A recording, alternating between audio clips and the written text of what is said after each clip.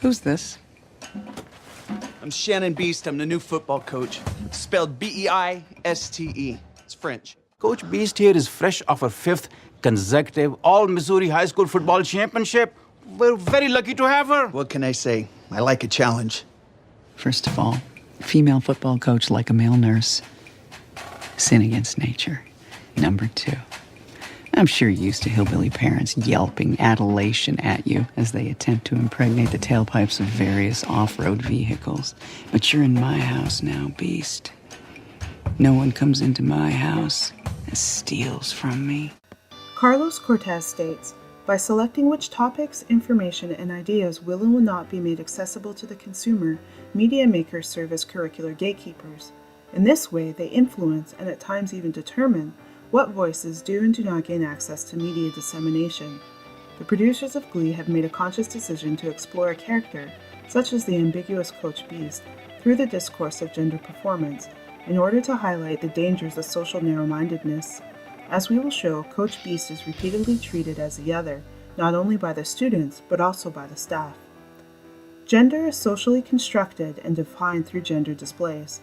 Sut Jolly states, in our daily interactions, we are constantly defining for ourselves and other people what it means to be male and female in this society.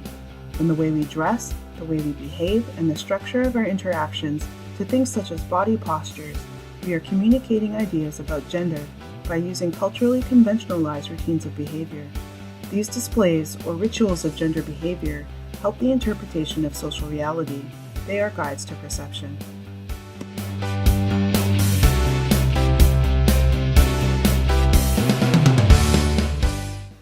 Sut Jolly continues to say that advertisers create hyper-ritualizations that emphasize some aspects of gender displays and de-emphasize others.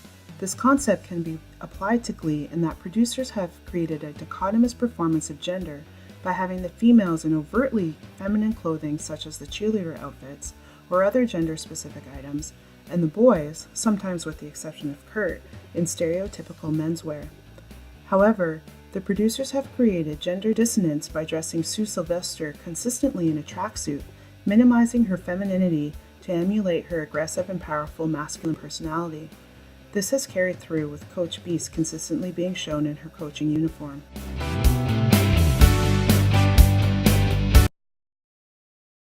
Got 25 everything pies for a Coach Beiste. I didn't order any pizzas.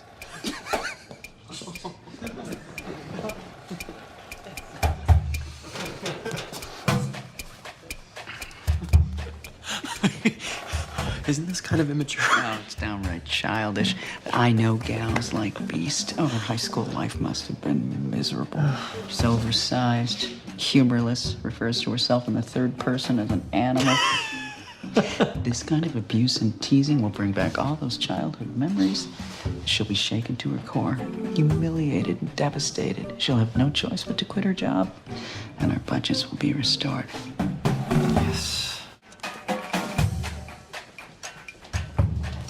Anyone sitting here? Yes, these seats are currently being occupied by my ghost friends. I beg your pardon? My ghost friends. Hideous, lonely faculty members who met with an early death from good old-fashioned schoolyard bullying. And you know why? They tried to cross me. So why don't you just keep on walking?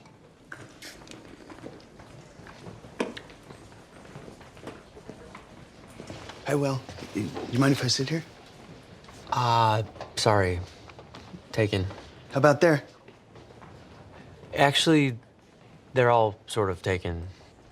I'm meeting with some science teachers. You think it's easy being a female football coach, being different? You think I don't get this everywhere I go?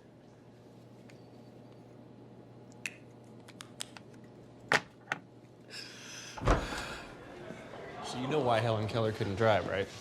Why? She was a woman. Coach Beiste? Yeah, no joke. Are you crying? Yeah. Saw your stats from last season, and it really hurt my feelings. Hey, Coach. This is Artie. He'd like to try out for the team. You screwing with me? No, absolutely not. See, we figured that if I push him down the field fast enough, the centrifugal force. You're out. Wait, what? You're off the team. Cut out. You come in here pushing a kid in a wheelchair, making me look like some kind of monster because I have to tell him he can't play? No, that's not what was going on here. I really want to play. I want my girlfriend back, and I want abs.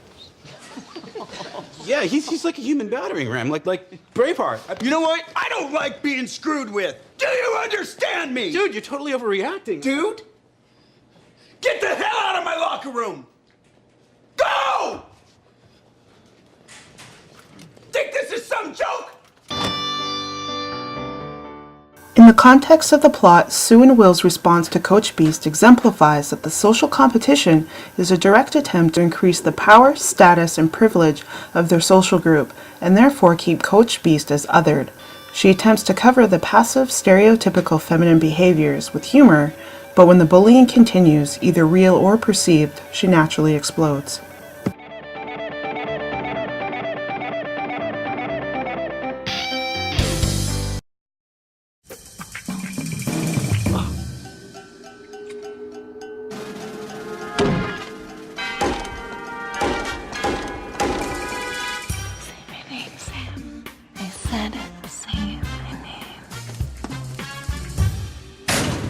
I said, say my name.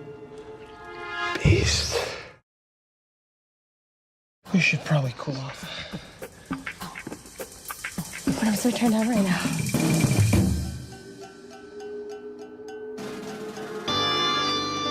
This will cool you down a little bit. Patricia Hill Collins categorizes these dichotomous positions as subject and object and states, as objects, one's reality is defined by others, one's identity created by others, and one's history named only in ways that define one's relationship to those who are subjects. Not only is Coach Beiste's presence a threat to Will and Sue, she is further considered to be the other when her image is viewed in compromising situations by the students. An object may choose between conforming to the subject, such as more feminine clothing and beauty, or accept themselves as they are and hope that the subjects, the staff and students, develops tolerance or acceptance. There was a girl, a little younger than you, and she was a little husky. She was always asking Sandy for the same thing, to make her look more like the other girls. She wasn't asking to be pretty or nothing, but she just didn't want to stick out so much. Santa just couldn't do it. So instead, Santa gave her patience.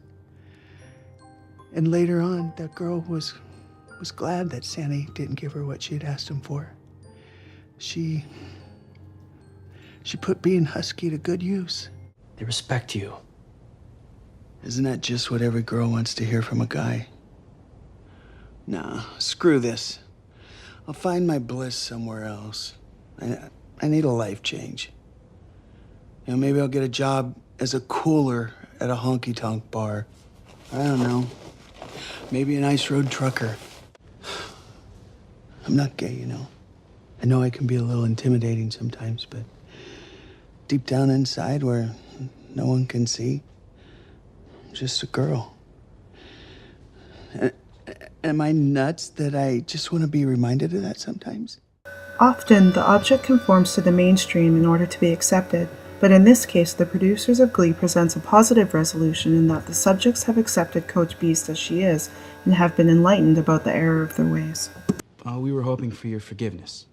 Yeah, we just wanted to apologize for hurting your feelings. Coach Beiste, we think you're awesome. And even though you're all hard and tough on the outside, it doesn't mean you're not the opposite on the inside.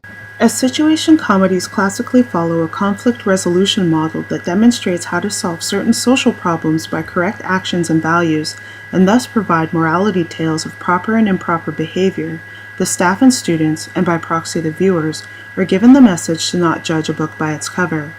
Instead of Coach Beiste changing her gender performance, the characters, and therefore the viewers, have changed their perception and interpretation of the scope of possible gender performances. As Stuart Hall conceptualizes, representations are not simply reflective, but generative. The production of Glee has provided an opportunity for dialogue and a broadening of perspective about non-conventional members of society.